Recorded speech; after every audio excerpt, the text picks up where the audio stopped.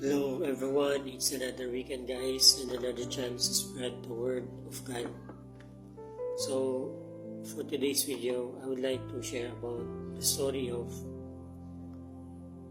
Prophet Hosea. So this is written in the book of Hosea guys, in the Old Testament. Napakaganda ng story ng book of Hosea kasi it represents the love of our God towards us, even though how filthy and how we sin against our God, He continues to search for us and forgive us. So, yun nga, the story was about God commands Hosea to marry an harlot which named Gomer. So, pinakasalan ni Hosea si Gomer, no? And then after, nung kinasal sila, nagtaksil si Gomer kay Hosea at sumama sa ibang lalaki. Ang sabi naman ng Panginoon, go, puntahan mo yung asawa mo at kunin mo siya ulit at bilhin mo siya ulit. Si Hosea naman, sinunod yung utos ng Panginoon at yun nga, binili niya si Hosea ulit. Nakita niya si Hosea talagang walang-wala na at binibenta na lang. Pero dahil sa commandment ng Panginoon, binili niya ulit si Gomer. And the moral lesson na about dun sa story nila is we to our God, our relationship to our God, even though we continue to fail our God, we transgress and we sin a lot. Yeah, I have a movie. Later na I make a video. And then, kahit gaano pa nga kadami yung naging kasalanan natin, no? Our God is full of mercy. He continues to seek us and calls us to repent. So, repentant guys is meron tayong acknowledgement about our sin, that we sinned against the Holy God. Hindi lang kung kahit sino lang, no? But we acknowledge that we have sinned against our God. So, kung magsisi tayo sa ating mga kasalanan, the Lord will wildly open His hand to receive us again, back to His arms again. So, sa mga tao dyan na feel so filthy, feel so sinful, the Lord is so full of mercy guys, as is portrayed in this story. So do not be ashamed of coming back to our God, kasi yung Panginoon natin is not like kagaya ng pangkaraniwang tao na who loves conditionally. The Lord's love for us is unconditional. So as long as we come back to Him, He will receive us. If we will genuinely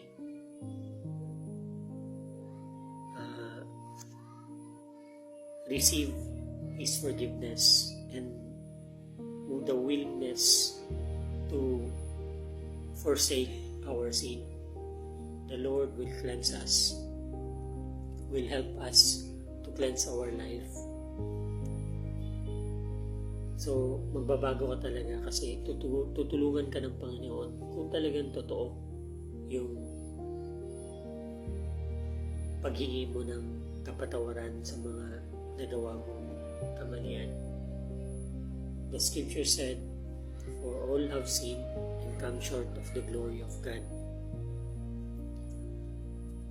We are saved through grace and not of our works, not of ourselves. It is a gift of God and not of our works, lest any man should boast. So, lahat tayo, pare-pareho lang. Kahit ano pa man yung naging nagawa mong kasalanan, kinukumpara mo yung sarili mo sa iba na ikaw, you are unworthy kasi ang dami mo nang nagawa compare sa kanila. No guys, sa scripture, the Lord says that we are all the same. For all have sinned and come short of the glory of God.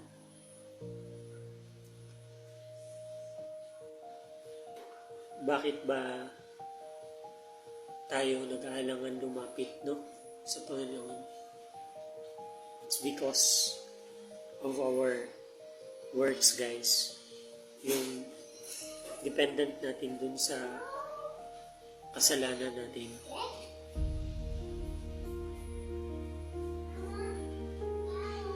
In the book of John, it is said in John 3:19-21, "And this is the condemnation, that light is come into the world, and men love darkness rather than light, because their deeds were evil. For everyone that doeth evil hateth the light, neither cometh to the light, lest his deeds should be reproved. But he that doeth truth cometh to the light, that his deeds may be made manifest, that they are wrought in God."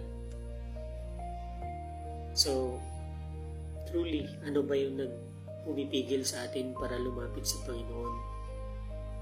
We have all the chance to come closer to God. Just call on the name of our Lord and ask for help. Bakit hindi natin ginagawa? Maybe because we love our works of unfilthiness, works of evil. Pinipili natin yung darkness over light.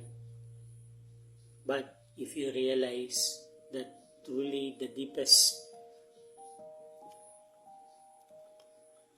thing in your heart is the you want to be with to be with God. You want to be with our Lord and Savior Jesus Christ. Then you must choose kung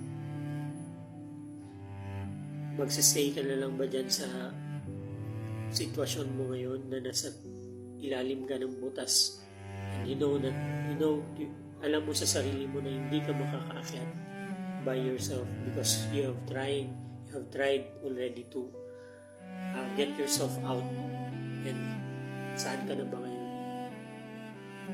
Ano na yung nangyari sa mga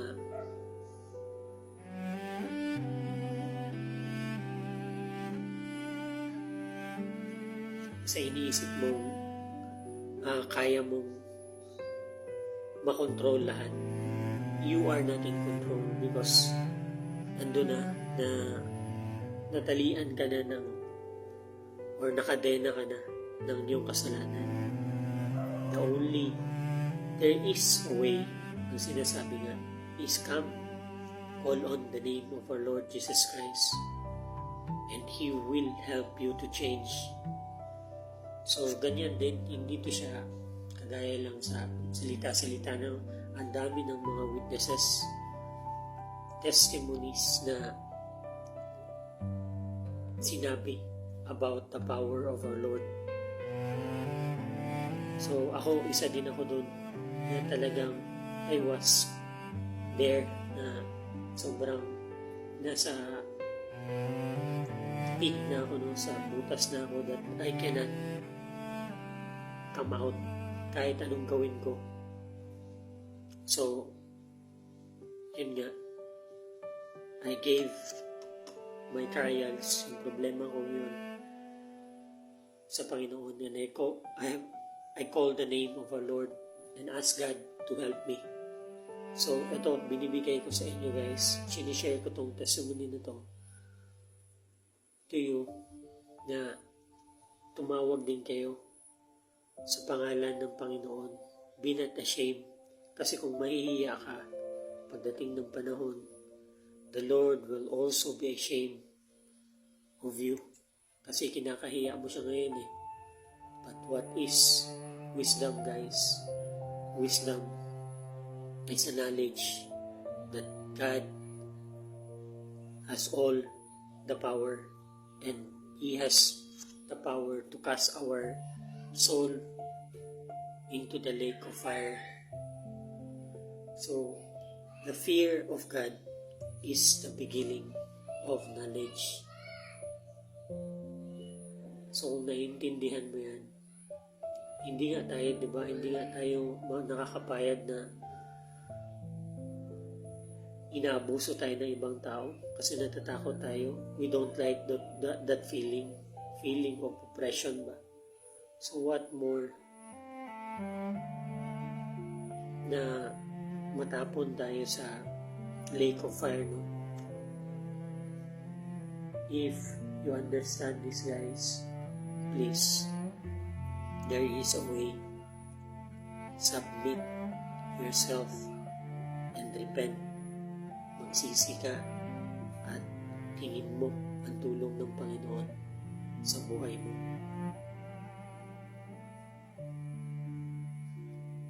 And He will reveal Himself to you guys as He revealed Himself to every witnesses, every people who share their story.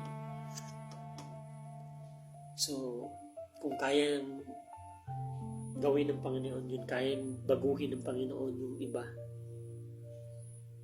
ang Panginoon hindi pa tapos. Kaya pang baguhin ng Panginoon kahit sino pa, mga tao na tumawag sa Kanya, no?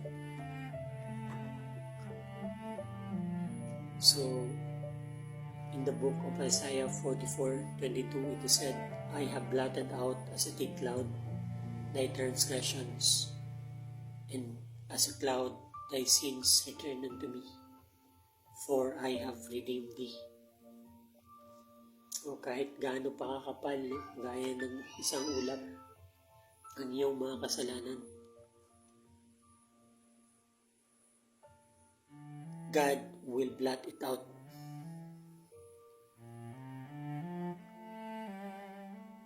For you guys, for us, for all of us. In Psalm 103:12, as far as the east is from the west, so far had He removed our transgression from us. So as far as the east, silangan hanggang kanluran. So far had He removed our transgression. Umabot na ba ng silangan at kanluran yung kasalanan mo? Yung sinasabi ng Panginoon, guys, kung sa tingin natin imposible na, no? Dahil sa dami-dami ng kasalanan mo, kung kaya mong ipagpatong-patong yung kasalanan mo, guys, at aabot sa simula east and west, talagang siguro sobrang haba. Pero we know na hindi naman ganun. So, ang ibig sabihin dito, ang sinasabi ng Diyos, lahat ng kasalanan nyo, lahat ng kasalanan ng buong mundo, ipagpatong-patong pa yan, kaya ko yung tanggalin. Because the blood of our God is so holy. Hindi pa kasi natin naiintindihan kung gaano ka-holy si Jesus Christ, that He can pay for that sin. That is our God. That is our Lord. For He is God. Ang sinasabi nga sa Scripture, the Lord understanding is infinite. Kaya nga siya omniscient, no? Omnipotent, and omnipresent, all-powerful, all-knowing, and He is everywhere. Hindi pwede nating ilagay sa top lang ang understanding ng ating Panginoon lang, guys, or ang kakayahan niya to forgive.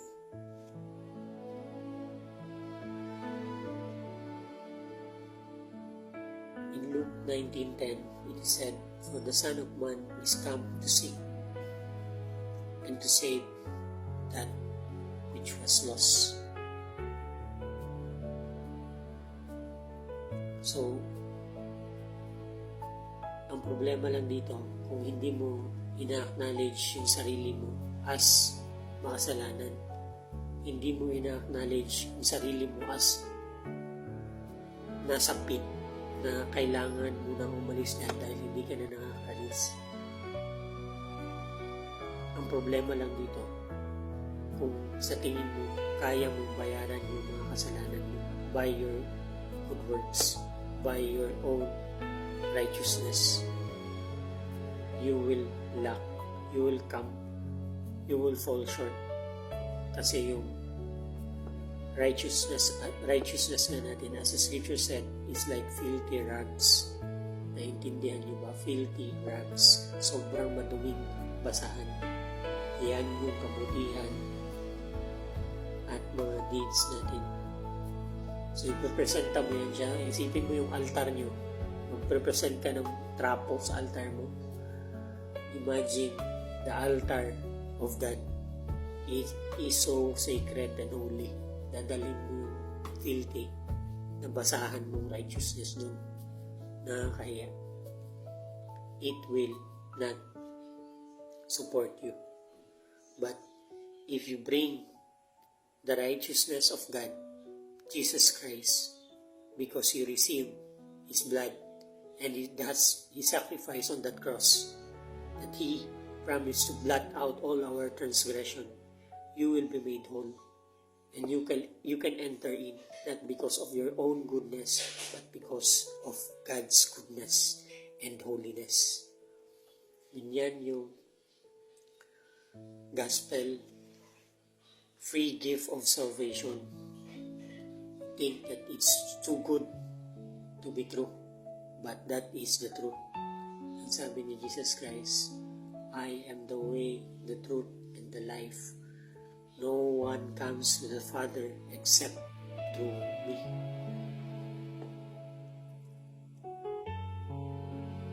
In 1 John 1:7, it is said that if we walk in the light as He is in the light, we have fellowship one with another, and the blood of Jesus Christ, His Son, cleanseth us from all sin. So if we start to walk in the light, to ask our Lord guidance sa lahat ng mga decisions natin sa buhay, sa lahat ng hakbang natin sa ating mga buhay, sa ating buhay. If you do that, you are walking in the light, and Jesus Christ will cleanse you dahan-dahan and refine you like silver is refined to become a new creation in Christ Jesus. So, ito yung meaning ng born again. No?